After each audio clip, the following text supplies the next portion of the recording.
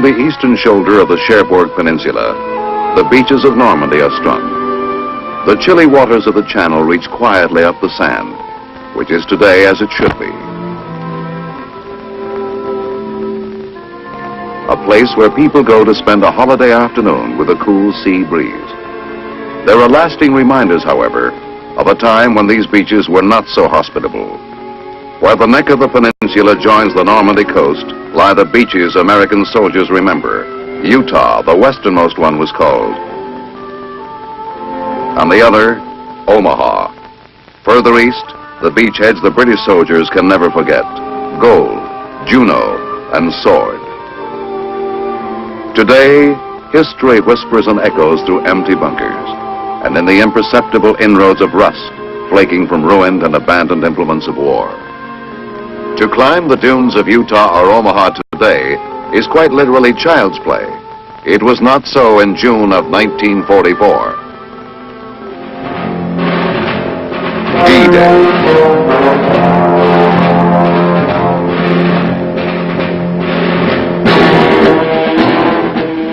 After its conquest by the Nazis, France becomes one of the most heavily fortified areas in history. But early in the war, plans are made to launch an invasion of this fortress across the English Channel. It is given the code name Operation Overlord. For thousands of American soldiers, the immediate effect of this decision is assignment to Great Britain to participate in the training and build-up of forces to be used in the invasion. Not for all will the transfer be so direct. Some will study invasion on the beaches of North Africa and Sicily and Italy before they ever set foot on French soil. But throughout the winter and spring of 1944, great convoys churn across the Atlantic to British ports.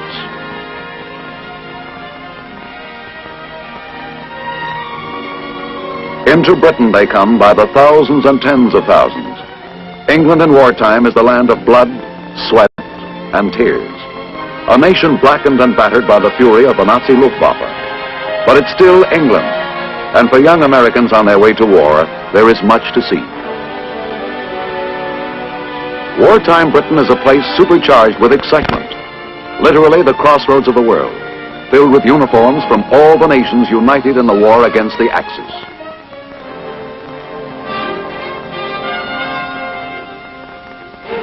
But there is work to be done here, and hard work. The grueling days and weeks and months are devoted to it.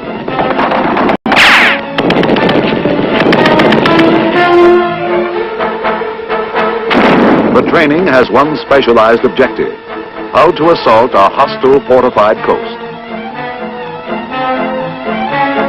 The American, British, and Canadian troops who train on England's landing beaches come to know well what it is they are getting ready for.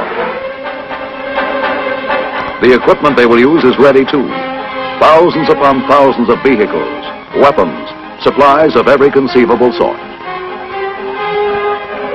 On the other side of the channel, the Nazis also know what the Allied forces are preparing for. And they are making preparations of their own. Along the coastline, they have built an Atlantic wall, which Adolf Hitler says will make Europe an impregnable fortress. The beaches and waters off them are heavily mined and booby-trapped and strung with obstacles.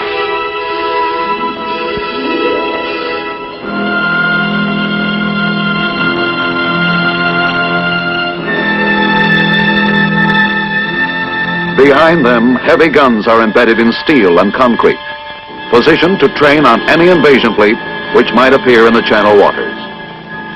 By the spring of 1944, the Nazis know that an Allied invasion is imminent, but they cannot tell when it will come or where. They think the attack most likely will strike where the distance across the Channel is narrowest, at Calais. Consequently, their strongest forces and fortifications are concentrated here.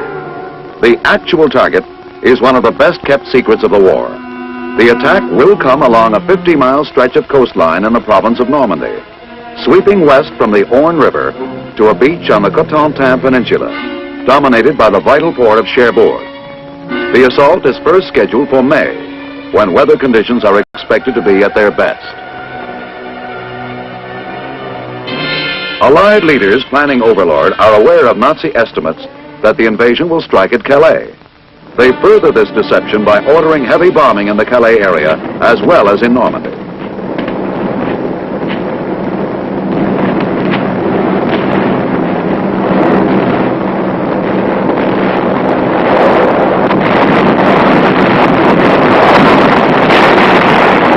In the months preceding the invasion, the tempo of air attacks steadily increases.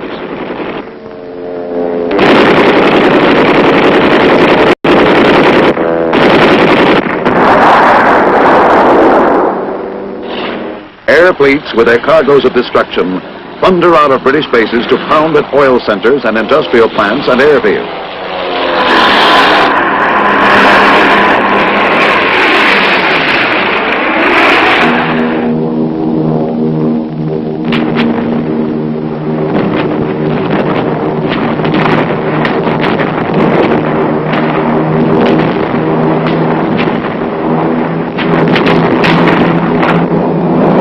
In these months, the mighty Nazi Air Force is reduced to a ghost of its former power, and Allied superiority in the skies above France is won.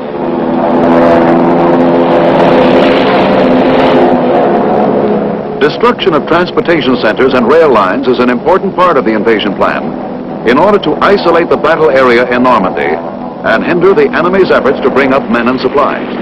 It becomes clear that additional time will give the Air Force a better opportunity to accomplish this critical objective.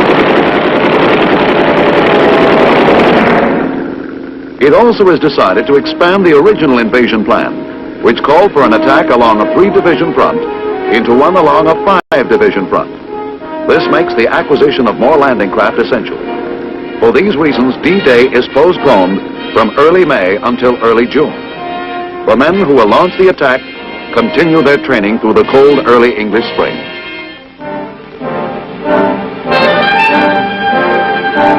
And then, inevitably, comes the day when all the training and rehearsals are over. It is time now for the curtain to lift on the real thing. Throughout May, the roads of England are clogged with convoys as men and supplies begin the move down to the ports and the loading areas. The English people cheer them on and pray for them as they pass.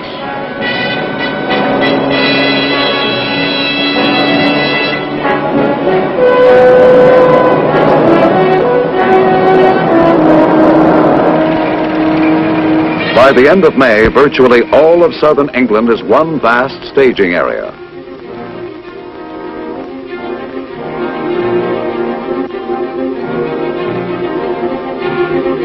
The realities of life now are small ones. For the individual man who will be called upon to execute the plan for the greatest assault ever proposed in the history of warfare, that plan comes alive now in a myriad of final details. Dozens of items to be issued and checked.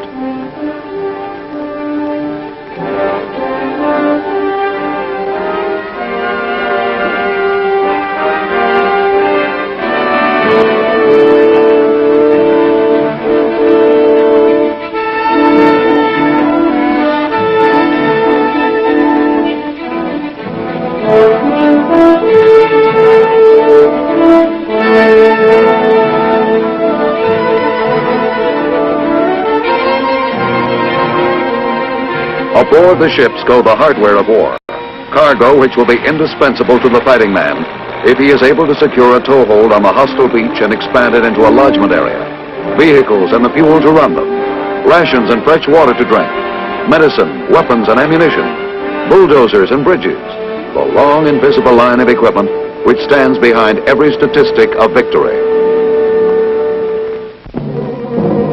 Finally, the very heart of the striking force completes the movement.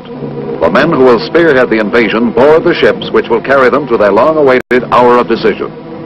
In file after file they come, in all the ports where the invasion fleet lies at anchor, moving up the gangplanks in a long, solemn shuffle, whose cadence becomes the heartbeat of history.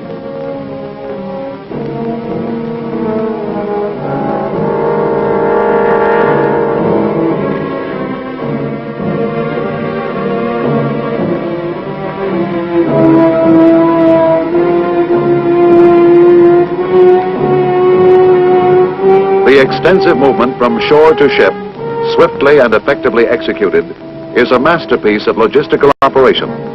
But with the mechanics of logistics done, the eye of destiny is now on these men who board their vessels bringing only what they can carry on their backs and in their hearts.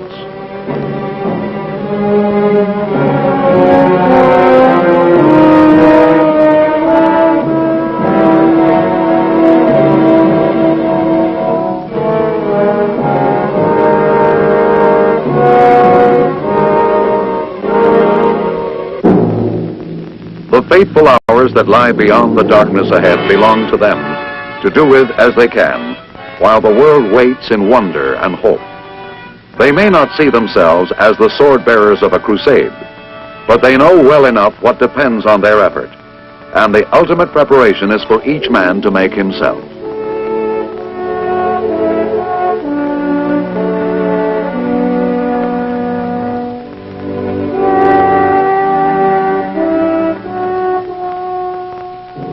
Now begins a new period of waiting for the one final word.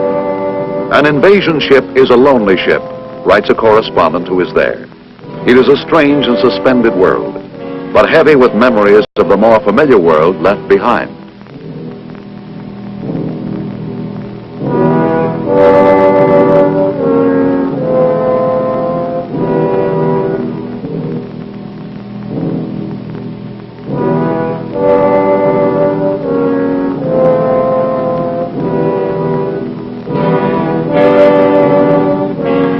Unknown to the men and the tense atmosphere of the invasion fleet, tension is also high at Supreme Headquarters. Overlord's schedule for June 5th has been postponed 24 hours because of the worst channel storm in 20 years. Now, weather conditions predicted for the 6th are far from ideal, but another postponement will mean a wait of at least 2 weeks for the right conditions of moon, tide, and weather. The possible consequences of delay are staggering: loss of secrecy, drop in morale, strengthening of enemy defenses. One man must make the decision. General Dwight D. Eisenhower, Supreme Commander. He makes it. The invasion will go as scheduled on the 6th.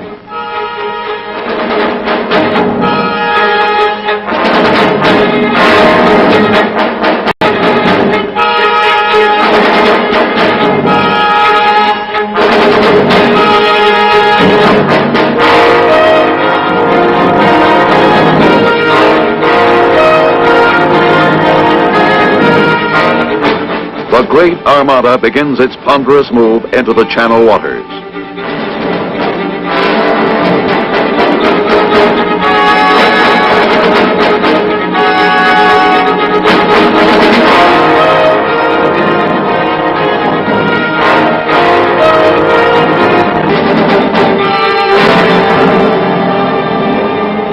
The men who will actually be the first into France are still back on English soil. Paratroopers of the U.S. 82nd and 101st Airborne Divisions and the British 6th Airborne Division are to jump behind enemy lines to secure the flanks of the invasion area. On the eve of the invasion, the Supreme Commander visits some of them. I found them in fine fettle, General Eisenhower is to write later, admonishing me that I had nothing to worry about.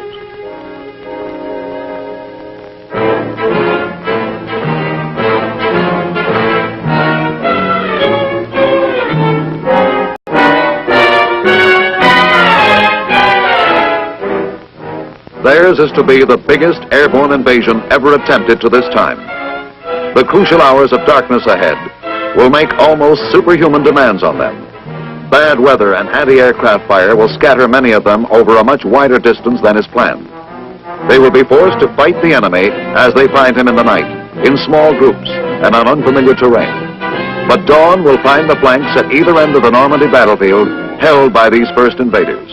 None of this, of course, can they know as they board their planes in the late hours before D-Day.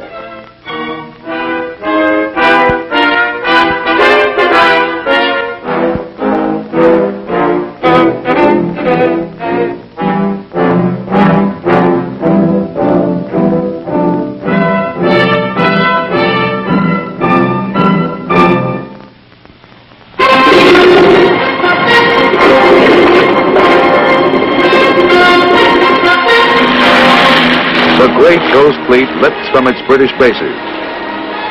The carriers were the airborne warriors. the gliders carrying weapons and heavy communications equipment.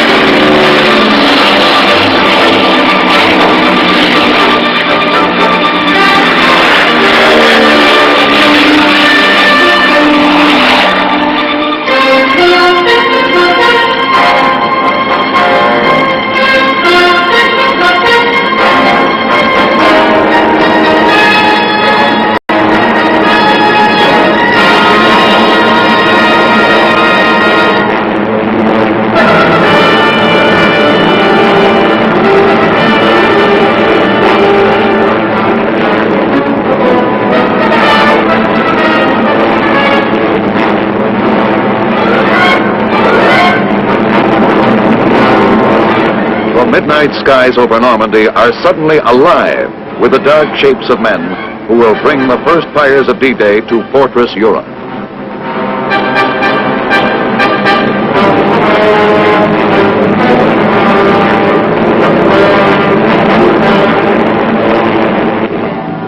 In the waters of the English Channel, dawn lights up the invasion fleet plowing steadily toward the Normandy coast.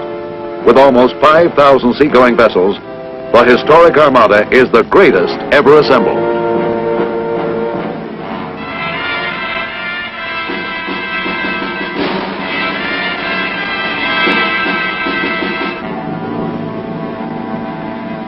The sea is incredibly rough. For many of the warriors aboard the vessels pitching helplessly on the rolling water, seasickness is a cruel enemy to be fought before the Germans are ever faced.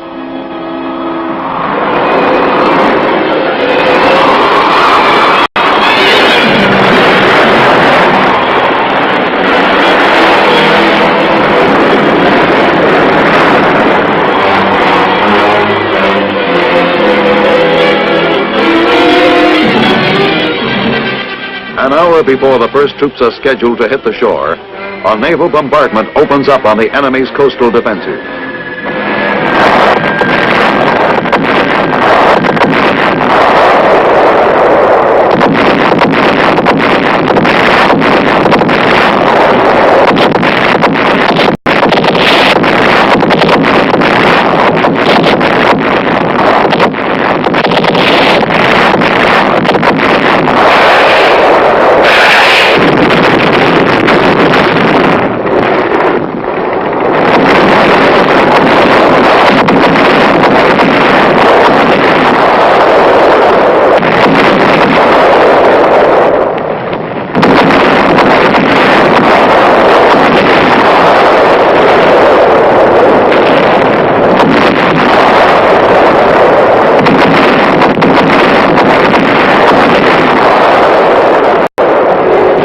The Nazis are at first confused about the Allied invasion.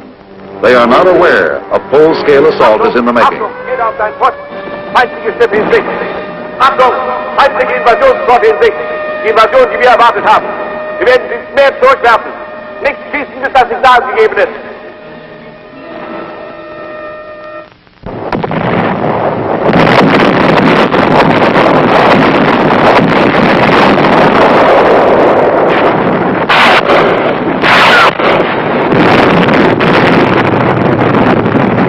Allied air forces, which have been protecting the assault convoy throughout its trip, join the attack on enemy targets.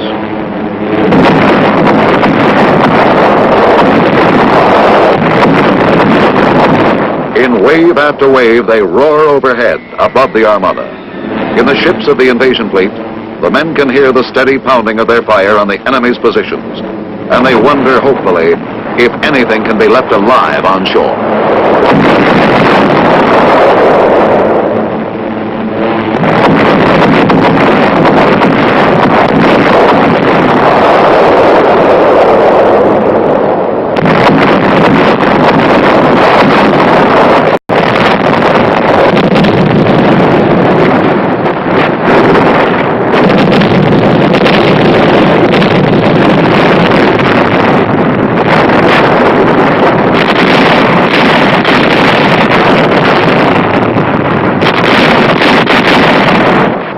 In a world of nausea and fear and tension, the trip to the beaches begins.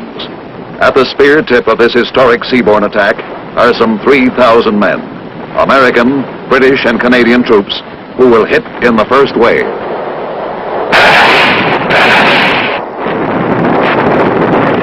Behind them, the main body of ground forces will land in succeeding waves.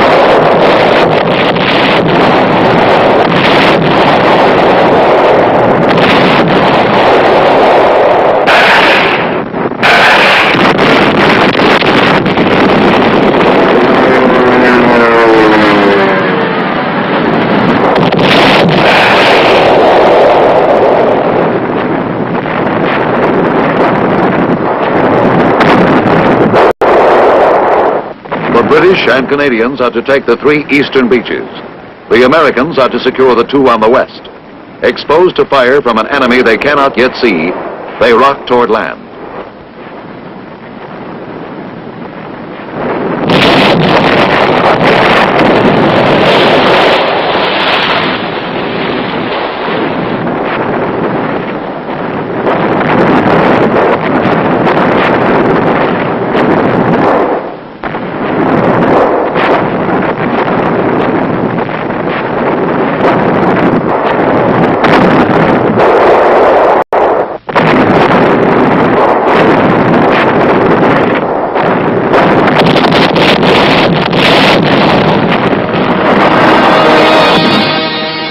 Hour.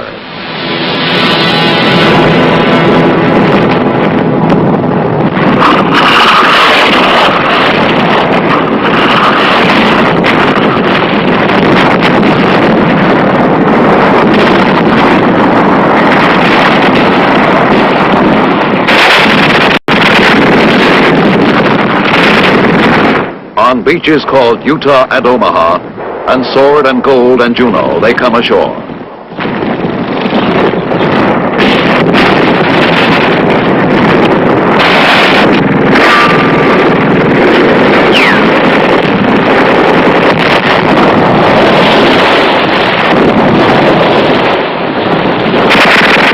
On the murderous sands of Normandy and its rim of watery hell, they push against the gates of Fortress Europe, and the fates of war and freedom await their performance.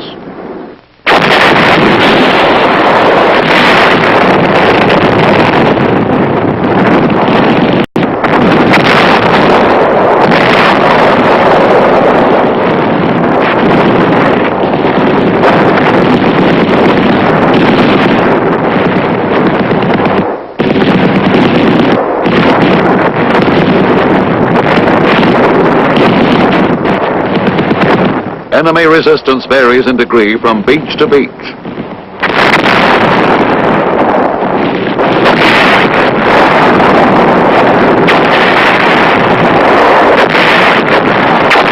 But for every man there, the new world of Normandy is a world of private agony and chaos. And no man can see the broad design beyond it, on a scale so epic that words written long ago by William Shakespeare could have been composed for the 6th of June, 1944. He that outlives this day and comes safe home will stand a tiptoe when this day is named. 3 hours after the invasion begins, it is clear that the Allies have their foothold, however precarious. The electrifying announcement is made in London. It is night across the United States. Swing shift workers in war plants are the first to hear the news. Under the command of General Eisenhower, Allied naval forces, supported by strong air forces, began landing Allied armies this morning on the northern coast of France, unquote. This is the only word we have at this time. There is no indication yet of exactly where the invasion took place or how many men were involved.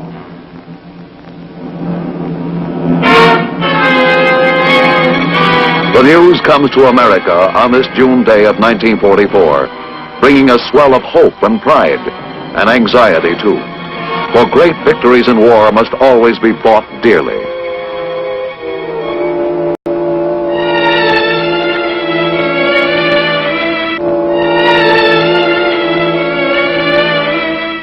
And the price paid this day for the Allied hold on the beaches of Normandy is not cheap.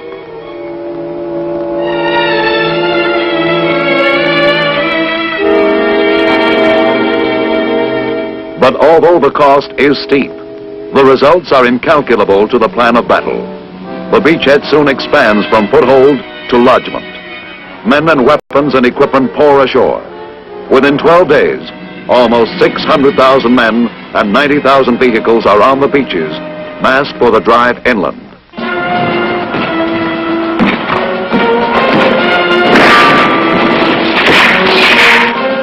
10 months of war still lie ahead in Europe. Bitter fighting through the hedgerow country of the lodgment area.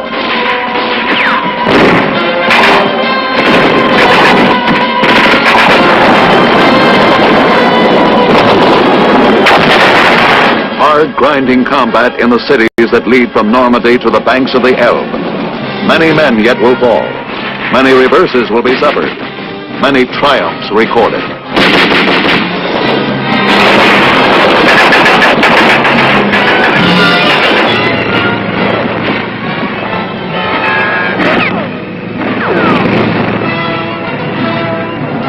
But in the main, the progress of battle will follow the bold plan conceived in Allied councils and brought to flaming life by the men who stormed the Normandy beaches on a day which will forever be known as D-Day, who unlocked the gates of Fortress Europe so that a monstrous evil could be pursued and destroyed.